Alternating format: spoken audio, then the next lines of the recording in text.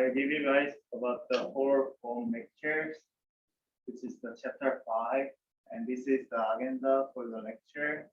The first one will be the general consideration. Second one will be the 4 definition. Third one will be deleting the 4 lines drawing. And the last one will be the hydrostatic part.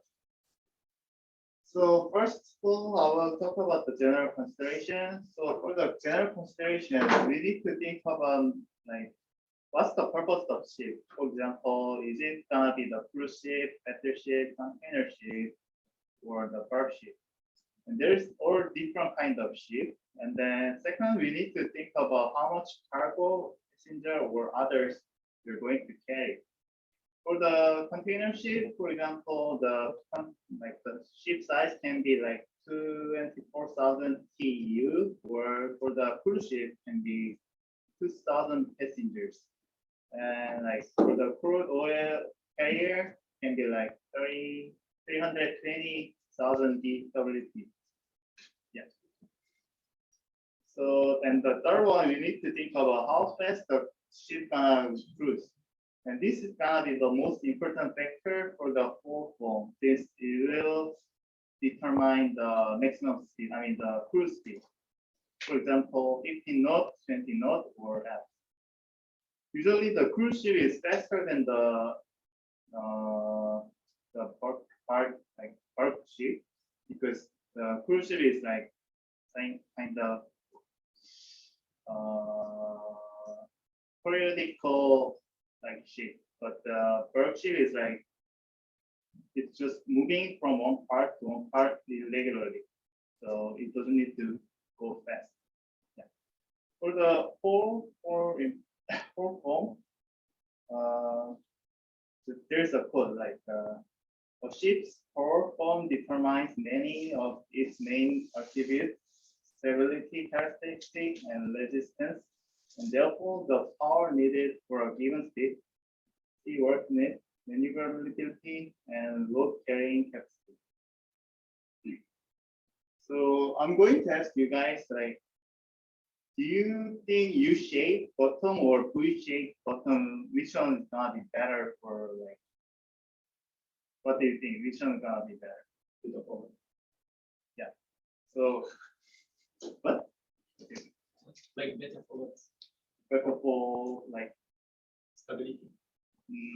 Depending on purpose, right? Like Yeah. for example, if you're building a container ship, which is gonna be better? The U-shape would be better. U-shape. Why do you think U-shape? Because I think U-shape would be more stable. The V-shape would be more for doing high speed. So, anybody else? Maybe U-shape can translate for output. Maybe U-shape can translate for output. Yeah. So, yeah, there's the pros and cons for this shape. So, for example, for U-shaped bottom, you can carry more goods because it has more bottom like space. But the V shape, you cannot carry more goods, but it can travel faster. And it has more stability to the front weight. And the U shape has more stability to sideways since it has wider body.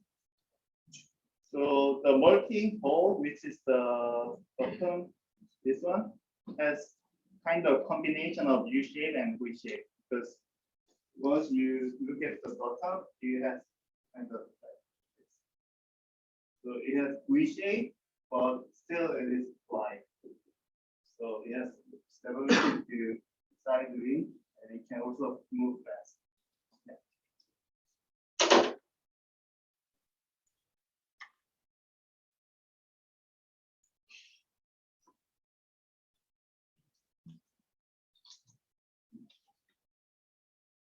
So yeah. However, it has kind of U shape has more drag and more resistance, so it has lower fuel economy comparing to the V shape. So the V shape is gonna be like kind of party shape, or the V shape will be kind of like destroyer, which need to move fast, and you don't need to carry a lot of goods.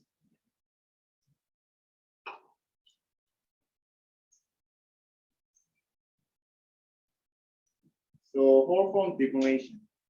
The whole form is portrayed graphical by the line plane or shear plane. This shows the various curve of the intersection between the hole and the three set of orthogonal plane. So this is the side view of the whole form drawing, and then this is the front view of the whole form drawing. And from this, we need to include the length between perpendicular, which will be from here to from here. So for the front perpendicular, it's gonna be the place where the C, like the body of the ship meet with the summer load line.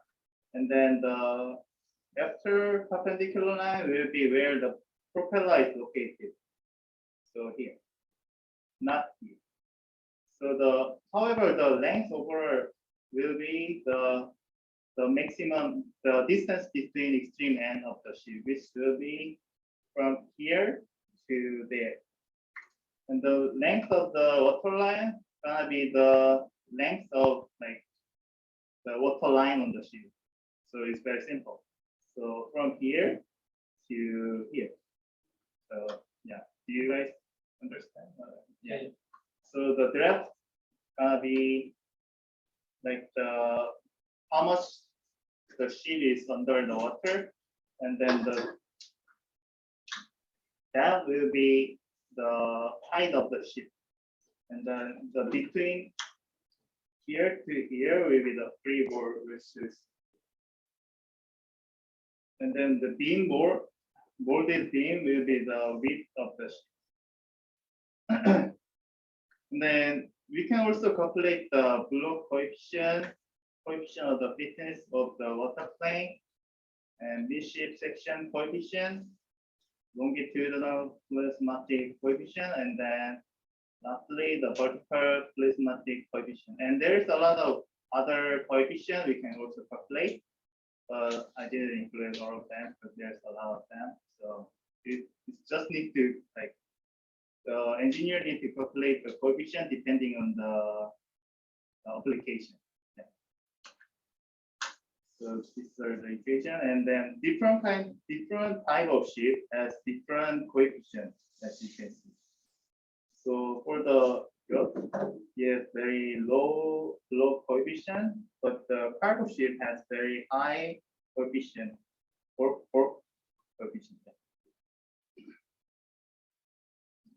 And then I'm going to talk about the freeboard and the road line. For the road line, this is the ship. And this is the freeboard road line. And then here is the summer freeboard. And then once you see beside the summer board line, there's this kind of mark.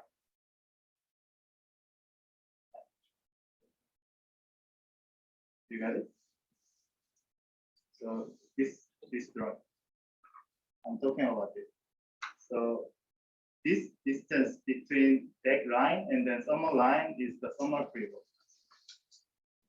So this is the summer freeboard. And then and we usually call this as a T. And then there is a tropical fresh water freeboard line, fresh water freeboard line, tropical freeboard line, summer board line, winter freeboard line, winter North Atlantic freeboard line. So this is a tropical fresh water and fresh water. This is tropical summer, winter, and winter North Atlantic freeboard line. Do you know why they have different freeboard line for each kind of ship? as the professor talked in the beginning of today's lecture, because we need to have some kind of safety margin, right? Once there is like shortened like free ball line, it cannot stand the side wave. You got it? So you have to have more buoyancy. Like for example, if the ship is like this, do you think which one will be safer? This one, right? Safe. Yeah, safer. Yeah, because it has more body over the sea. So that's why during the winter time, you need to have more free water because the wave is stronger. Yeah. And then I'm going to talk about the relative speed. And for the relative speed, in the beginning of like this lecture, I mean not this lecture, because like discourse, beginning of the discourse, the professor talked about the Froude number, and it's really depending on the LWL, which is this one, length on water line. So when this Froude number is 0.33, it has the most economical speed, as you can see.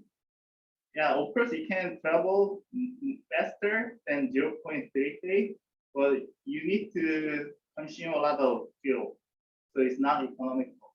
So 0.33 is the kind of optimal point for the cruising speed.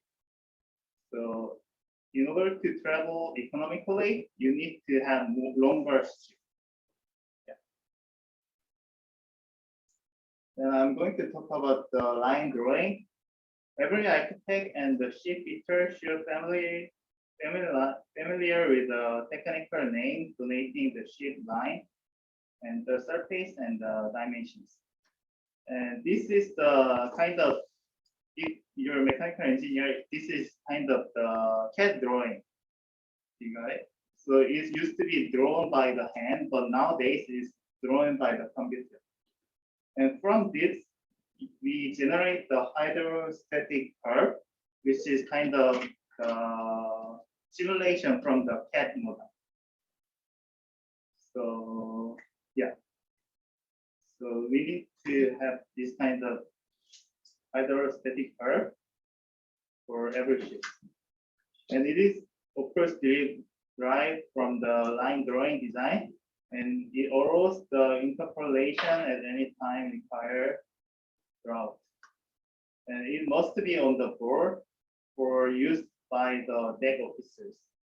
For the calculating the required, for the calculation required for the operating the vessel. And we are going to watch the video.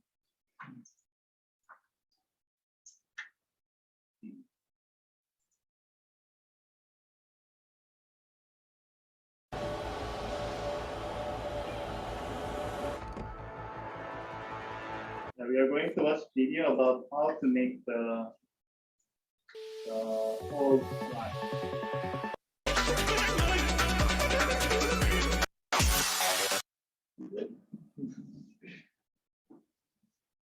This is the bottom view of the line, and this is the side view of the line.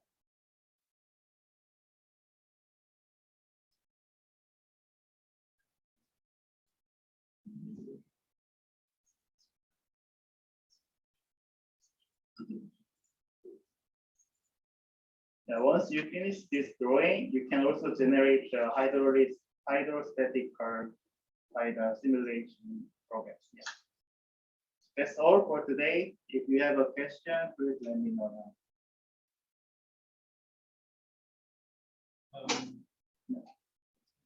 You talk about GWT. One of the first slides I think.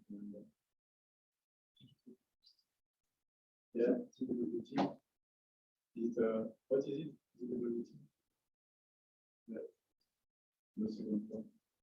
How much cargo passenger for TWT. Yeah, this is how much ton, like the merchandise goods in ton. This is T is stand for ton. So on the slide, you presented different coefficients with different value according the Yeah. type of ship. Yeah. And for example, can you give, if you know, of course, signification of one, like the block coefficient? Yeah.